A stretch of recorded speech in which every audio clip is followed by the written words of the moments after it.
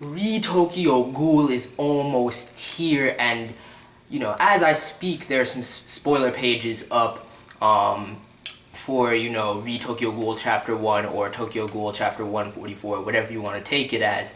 And I'm hyped as fuck right now, so I decided to make this video. Check out the spoiler pages. I'm not going to make any predictions or too much based off of that because we don't get too much, but it looks like we're focusing, at least out the gate, more so on the CCG right now. And I'm inferring that there's probably at least a year time skip or something going on at the beginning of this one, because the one character that I did see that I recognized right out the gate was Akira, and it states her age as 24 there, and I believe she wasn't 24 at the end of part 1, so that might be indication of a time skip. And there's a lot of new CCG dubs that are introduced in these spoiler pages that must have rose up or come to promise during that time.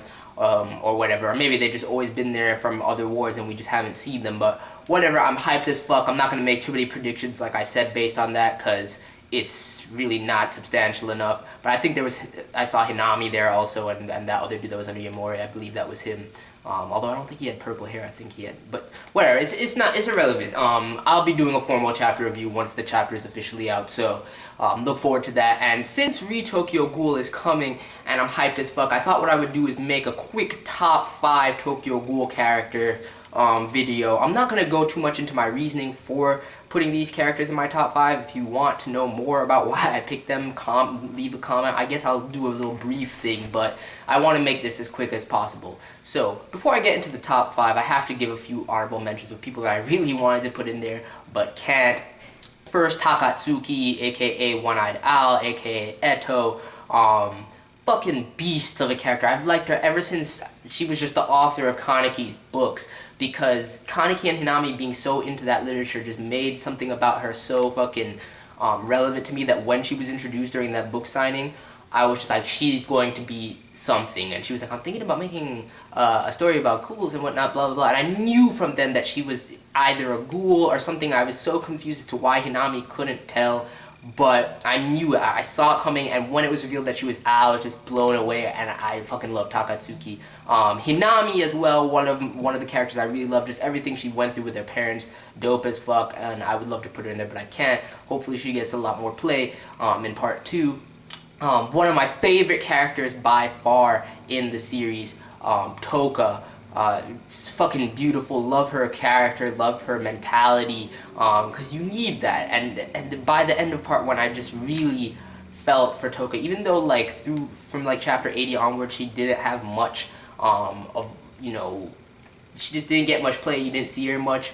I expect huge things out of Touka in part 2, so I fucking love Touka, she's just amazing, and yeah. And I think there was one more. Amon was the last person I wanted to give an honorable mention to, because I fucking love the dude. I love his sense of justice. He's just beast as fuck. I know that fucking Kano has him roped up in his lab, so I'm interested to see what happens with that. But anyway, on to the top 5. Number 5, some of you are going to be disgusted by this choice. I don't give a fuck. Tsukiyama, alright?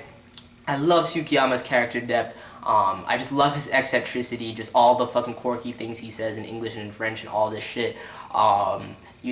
I like how he develops to actually have feelings for Kaneki and care for Kaneki as a person, and not just because he's obsessed with eating him, even though he's still fucking obsessed with eating him by the end of it. But even Tsukiyama himself, I don't think, realizes that he's actually come to care for Kaneki as an individual, and I just like Tsukiyama's depth and his character depth, his care for Kaneki, his obsession with eating him and as a need to protect him, how fucking broken down he is by the end of part 1. I just felt bad for him, and that dude goes fucking in a fight. So fucking Tsukiyama, number 5, I've liked him ever since his introduction, except he was twisted as fuck when I first saw him, but I warmed up to him as soon as the Aogiri arc came. When I saw him return, I was just like, fucking Tsukiyama for the win.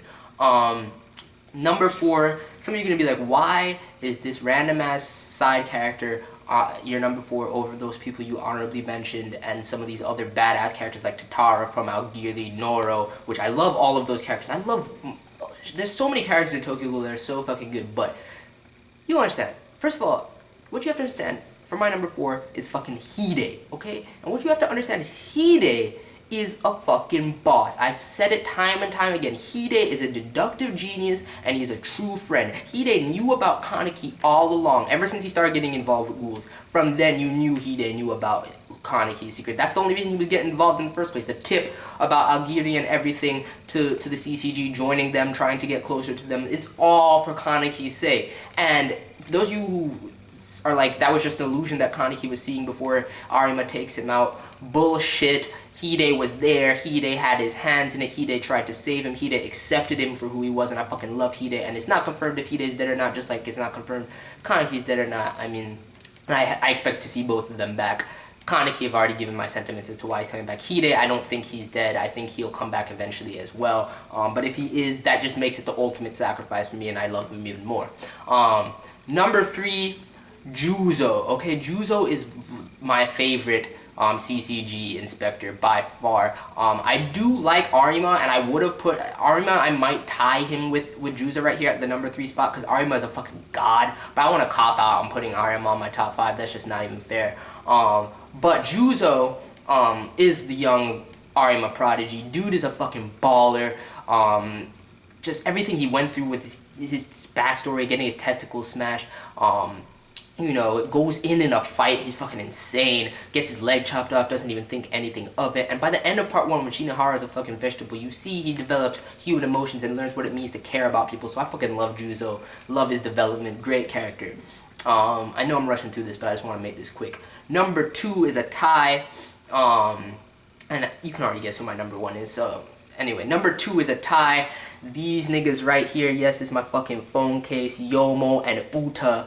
Fucking love these characters ever since the inception, but once that backstory hit too, but ever since the beginning, once I saw Uta for the first time, I was just like, this guy's a fucking baller. I like the way he looks. Even with the Piero reveal, I don't give a fuck. That just makes him more badass to me. He's a beast. He goes in a fight. You see that when him, Tsukiyama, and Renji go in against Noro. And Renji Yomo as well. I fucking love him. His backstory kind of reminds me of Nishiki. But besides that, with the whole sister thing, but besides that, I love his vengeance for Arima. That's one of the main clashes I want to see by the end of part 2, is Arima versus Yomo and Renji Yomo. And I just love the dude. He's a beast. He's going to train Touka in secret, I already know, and it's going to be dope.